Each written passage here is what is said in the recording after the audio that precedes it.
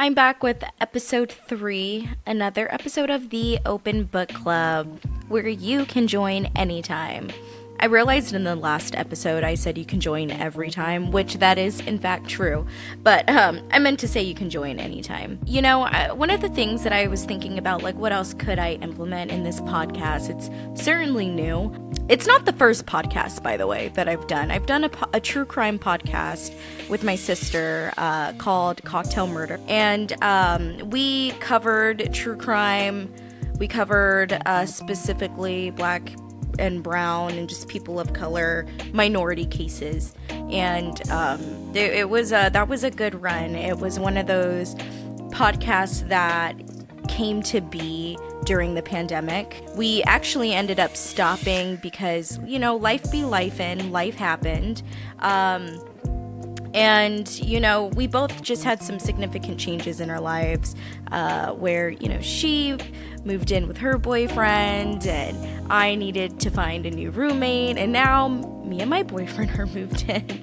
And I'm, you know, by myself and figured, what could I do alone? What could I dive into alone? So I started Open Book Club. Anyway, it's something that I was thinking that I wanted to do is essentially talk about what I've learned in the past week.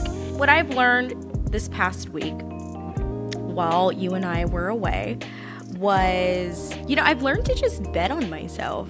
That advice resonated with me, especially with starting this podcast. I feel like I'm diving into something that I actually really like and I enjoy. I feel like I truly am aligning work with what I morally stand for. I love to read, whether it's a good book or a bad book. I love to talk about it. I love analyzing characters, and I love putting myself in place of other characters or putting other people that I know who are in my life in place of other characters, just so that I can get some sort of life lesson out of it. So it's a little beyond just me talking to myself or talking to you guys on this podcast. It's more about like, okay, like I'm trying to figure life out. The corporate world is certainly taxing, but putting work into this podcast, creating content that hopefully you guys all enjoy is in a way like fulfilling. I don't mind staying up late at night putting shit together for you guys. I don't know. Anyways, I hope you do enjoy it. And overall, I have to say, once again, I've learned that I should bet on myself. By the way, I am now on YouTube. If you're listening on Spotify, you can stare at me as I stare into your soul back. If you are on YouTube, please like, subscribe, and comment. That would be great. Just a little bit of a recap before we get into chapters 11 through 15. And we were introduced to T-Sack. T-Sack was hired by Lord Trung, really to further their education on everything and anything that T-Sack could teach them. He's just like teaching them more about like philosophy and history and the psychology of not just the Han, but the psychology of people in general, that the Trung sisters could relate to how they move in this new world of Confucianism and adopting to the Han ideology. We're also going to jump ship to Trung-Ni wanting to avenge the beggar's execution that was unjust and unfair. And she found the Han officer who forced Ka, Lord Trung's, right-hand officer, guardsman guy, to execute the beggar, although y'all know my feelings on that. So Trung-Ni was sneaking up to the Han officer as he was bathing in the Red River. And she was like super like this close to killing him, like literally. And Trung Trek and Ka the guardsman stopped her, were able to keep him quiet and not want to fight her back, which is, again, really interesting to me. She's then banished away to the Temple of Ako, okay, where she can only eat in the morning and at night, and she cannot speak with anyone for 1 year exactly. We also learn that T-Sack, out of convenience, had to deliver the food to Chung-mi. So this is where we're at. We're going to go ahead and jump into chapters 11 through 15. Chapter 11. Chung-mi is imprisoned in solitary confinement in the temple of Ako and is described by the author as losing her sanity. She's been alone for so long that she has imagined ghost-like figures and moves around them as if they're real. That's gotta be a state of loneliness, I tell ya. She's also imagining Han officials, her parents, and her sister in the temple, so she can essentially yell at them uninterrupted and speak her mind, so to speak. That's so funny because I do that all the time. I am notorious for wanting to go in the shower and talk to nobody and everybody all at the same time. There isn't much remorse for hunting down the Han official. In fact, she is thinking about all the things she's going to do to them when she leaves the clink, okay? Yeah,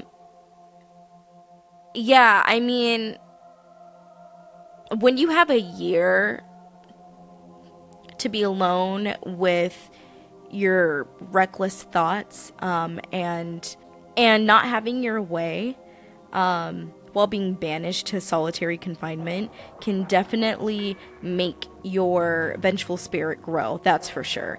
I would definitely start blaming the Han even more. I wouldn't even blame my own actions, so I totally get Chung-mi for just being like, yeah, when I leave here, they're all going down. Remember, T-Sack is appointed to deliver her food every morning and night. On one of his deliveries, he hears her mumbling incoherently as if she's gone mad. Despite this, he feels empathy when she grabs his hand through the opening, not to threaten, but simply to feel another human being. So in the book, it describes, he walks up to the temple, and in the temple, there's just this like little small gate, opening where he can deliver the food. He doesn't talk to her. They don't say anything to each other at all. Like, she tried to talk to him and I guess have like some sort of small talk, but he was good with keeping his word to Lord Trung, at least letting him know that he will not go against what Lord Trung's punishment is for her, which is don't talk to anyone. In this hole or this opening of the temple, he'll give her food, and as he's giving her the food, she grabs his hand, and he doesn't pull away immediately, which at first I'm like, oh girl, like, I hope this isn't a love story going to happen, because T-Sack is for trunk track. Like, this isn't how it's supposed to work. But no, it just says that he just kind of like sat there and realized, like, oh shit, like, she could break my fingers in this moment, but she doesn't. And it's just clear that she just wanted a human touch, some human interaction. Anyways, I'm just thinking, imagine being away for so long and being by yourself for so long that you forget what another human being feels like, and you touch their hand and you just have this out-of-body experience of like, oh, okay, this is what human contact is, and didn't know another human being can be so warm.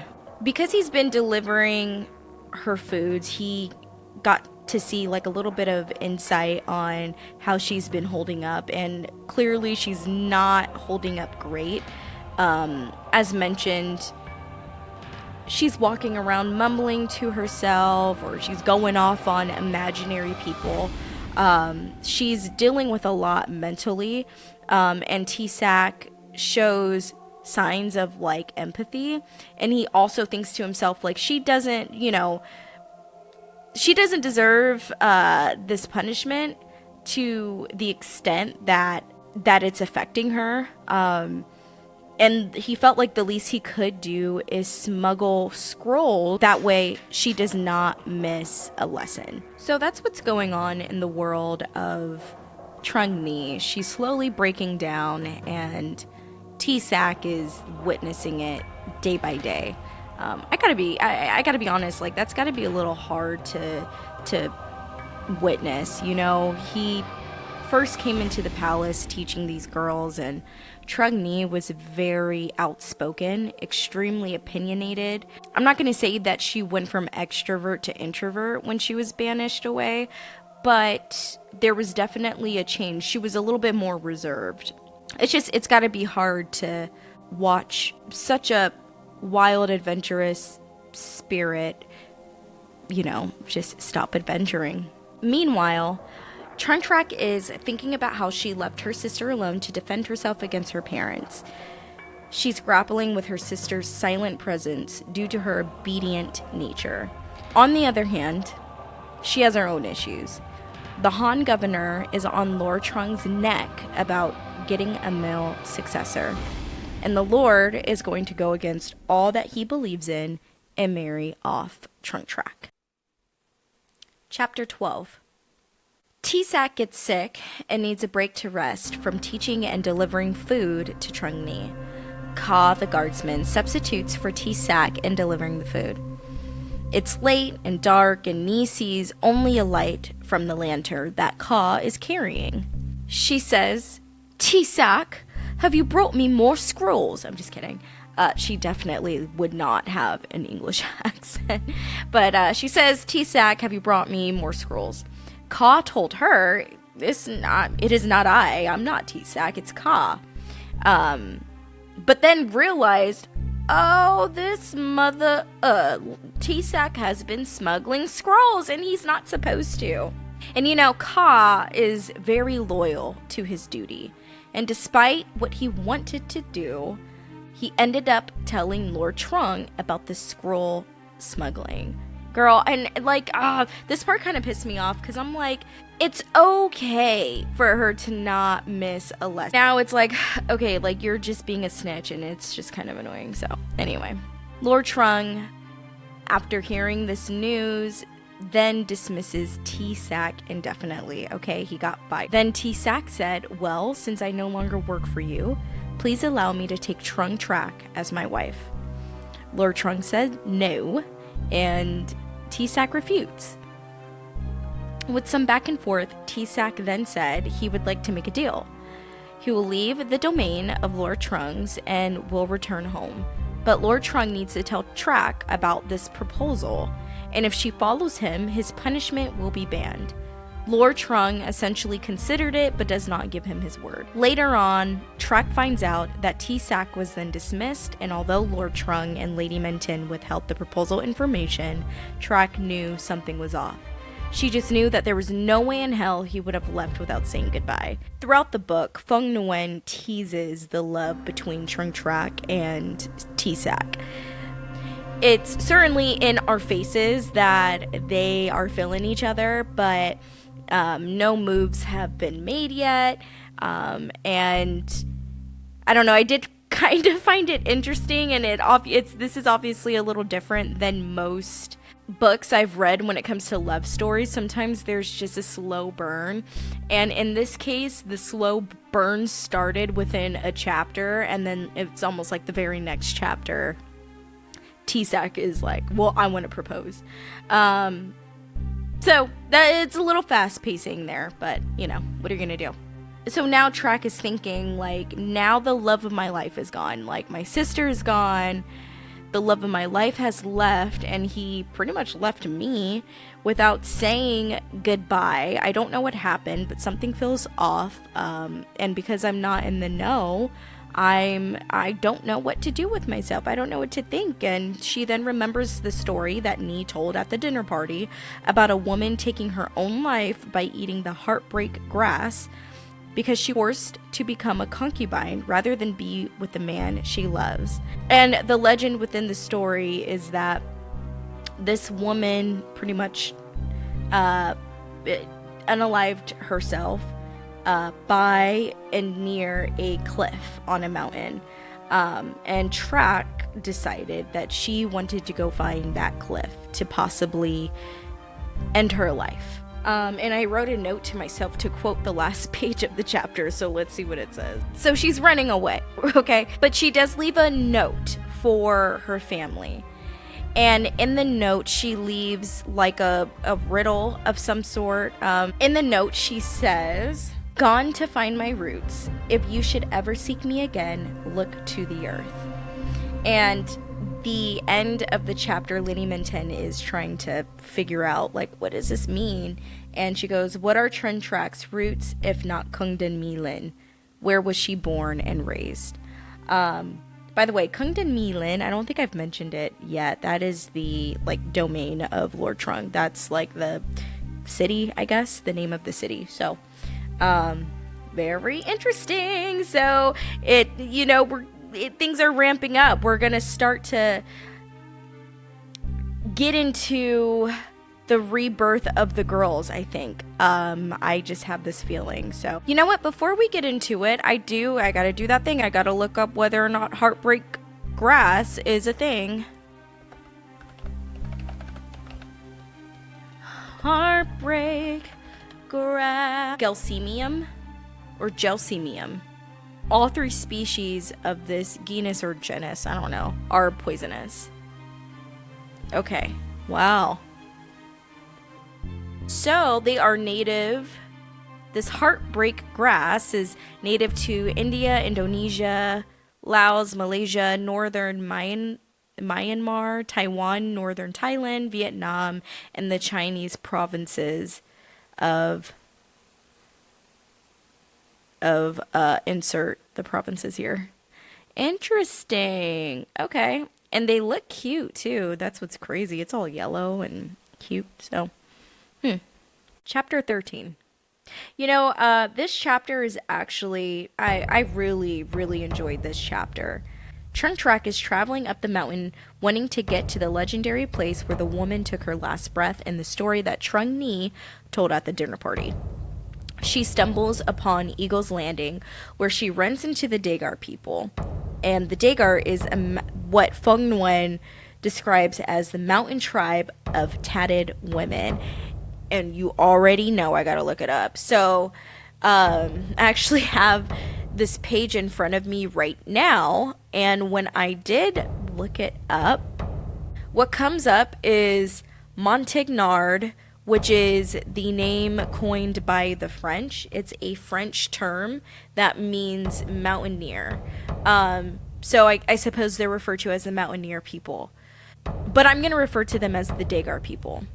So the Dagar is an umbrella term for the various indigenous peoples of the Central Highlands of Vietnam. According to a genetic survey conducted in 2019, the Dagars are genetically distinct from the mainstream Vietnamese ethnic group. According to mitochondrial analysis, their paternal ancestors were a dark-skinned and woolly-haired people related to Andamanese people. I don't know. I've never heard of that before. That's cool. And their maternal ancestry mainly descended from a group of Polynesians who arrived much later. While the Vietnamese, or majority, have a common language and culture and have developed and maintained the dominant social institutions of Vietnam, the Dagars do not share that heritage. The Dagars retain their tribal customs and ancestral land ownership. Unlike the Buddhist Vietnamese, who are patriarchal, the Dagars mainly practice traditional matrilineality. The head of the house is passed down from the mother to the oldest daughter, and women take charge of the leadership in tribal communities. I think that is so dope. And the fact that Trun Trak ran into this tribe of strong women with matriarchal ideas makes me excited about her journey. Okay. So she runs into the Dagars on Eagle's Landing. They are performing a little girl's rite of passage to join the tribe. The test is for the little girl to strike down a flying eagle with an arrow. As they analyze Trun Trak, okay, they're sizing her up and down. They tell her to leave, or they will make her leave. Track mentions she wanted to off herself anyway, so she's gonna go ahead and stay. And so I'm kind of take this as them being like, all right, you're talking back, you're speaking back, so I mean, all we can do is kind of like respect you at this point. The little girl then mentions that the spirit of Ako might have brought them to her so that she can join the tribe, given Trung Track is figuratively and literally lost. The women are dismissive of that thought, but apprehensively gave Trung Track a chance to join by shooting down an eagle with an arrow. Trung Track, in all of her training in the palace, where she spent all her life, pulls her arm back and shoots. She misses. The leader of the tribe walks out of the crowd and tells her she may stay with them for only 3 days to learn about their ways, perhaps to be reborn, then she must leave forever. Simultaneously, Lord Trung and Lady Menten are panicking because Trung Track ran away. They call on all the guards and confidants to pinpoint who knows where she could have run off to and how she could have possibly ran away. With everyone to blame and no one to single out, they decided to end Trung Ni's punishment days earlier, as she may know about her sister's whereabouts. Trung Ni is withered. Her hair is nearly matted, her skin is covered in dirt, and her flesh is full of bug bites. Her mother, with the sight of her daughter for the first time in almost a year, felt a wave of guilt as she allowed her daughter to go through a callous punishment. Surprisingly enough, Trung Ni is graceful. She tells her mother that she feels a sense of rebirth being in solitude. She then speaks on how she understood why Trung Track stopped her from killing that Han officer. She understood the recklessness of her rage, and although she wants to continue the rage, she understands the benefits of being calculated. Trung Track is now following the Dagar women. She's learning how to properly create a bow from scratch, whatever that means, hiking on strenuous terrain, and learning what the true meaning of sacrifice is. She had to give up parts of her clothes, not as an act of self-righteousness, but the expensive items literally held her back from hiking a mountain. When she started the journey with the women, she thought about what her lesson in the end would be. And in true wise fashion, the leader of the Dagar women said, "Well, what do you think the lesson is?" The author leaves the answer to this question unwritten for us to take what we need from this part of the book. As we all know, the lesson is in the journey, and the journey is all about shedding what no longer resonates in your spirit. And are you willing to move accordingly? It's also mentioned that the women are all on their cycles, and that's why they are away from the men. That's very interesting. I am currently PMSing, and honestly, like, when I'm in this stage of PMSing, I don't want to talk to anyone. I don't want to be around anyone. I just kind of want to crawl into a hole forever. So I think that we should bring that into our society. While Track is howling at the moon, making blood pacts with the Dagar women, Ni goes straight to T-Sac, letting him know that Lord Trung lifted the banishment and would like him to come back to the palace as a guest of honor and suitor for Track. T excitedly packs his things to follow Ni. Then T breaks it to him and says he needs to bring back Track first, then Lord Trung will hold his end of the bargain. So they start on their journey to find Track. Chapter 15. The newest and youngest member of the Dagar women led the way back to the familiar trail for Trung Track.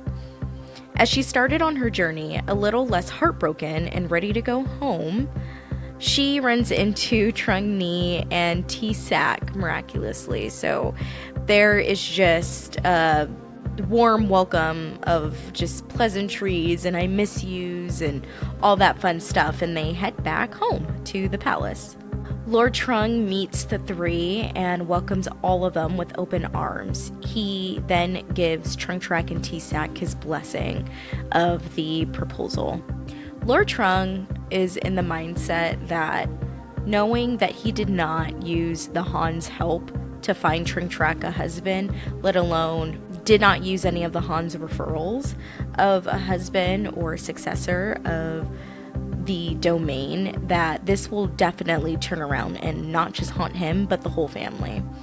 Nonetheless, a celebration commences where T will pronounce his love for Track and propose. Lord Trung then sends Officer Caw to send a message to the governor that he had fulfilled his promise to marry his daughter and find a successor. He also received 12% more in taxes. So he's bringing double good news, like nothing bad should come from this, right? Well, as Caw is delivering this message to the governor seems dissatisfied with the message. He starts to question Lord Trung's intention. He then starts nitpicking and asks Officer Caw, why did Lord Trung send an officer as opposed to a herald, which would have been the proper channel? The governor asks this almost rhetorically with the tone that Lord Trung has actively been defiant and purposefully allow the governor to underestimate the tax returns. Now the governor is thinking, well, not only do I feel like Lord Trung is not adhering to our tradition, he's also cheating us of how much we can milk from this place. So now we're going to raise the taxes. Officer Caw, sweating for his life, not knowing what to say, answers one of his questions. He said he is very loyal and would like to find a job opportunity to work under him, the governor, instead of Lord Trung. Hence why a herald is not present, and he is. Caw thought to himself, if he keeps the enemy close, he will be able to prevent anyone from going after Lord Trung's domain and what's left of the Vietnamese tradition. Thank you guys for tuning in to yet another episode. Lots that I learned in this episode, that's for sure. I mean, I've learned about the Dagar people, learned about Heartbreak Grass, and it's honestly really cool when an author implements some pretty historically accurate things into a book. I mean, this is, a dramatization of the Trung sisters just in this book, but overall, I think that Phuong Nguyen is doing a great job. I'm learning a lot by reading this book alone. It's weird to think that on a random day I just felt like reading and I walked into Barnes & Noble and found this book. I don't know if I was just drawn to the cover and obviously read the back of it and just kind of skimmed some pages, and I just thought to myself, yeah, I think I can rock with this one. So pretty cool. I'm digging it. Once again, I'm always going to ask if you have a book in mind for the next read. Give me some ideas. Let me know what you want to go over. Until then, I will see ya next time. Bye.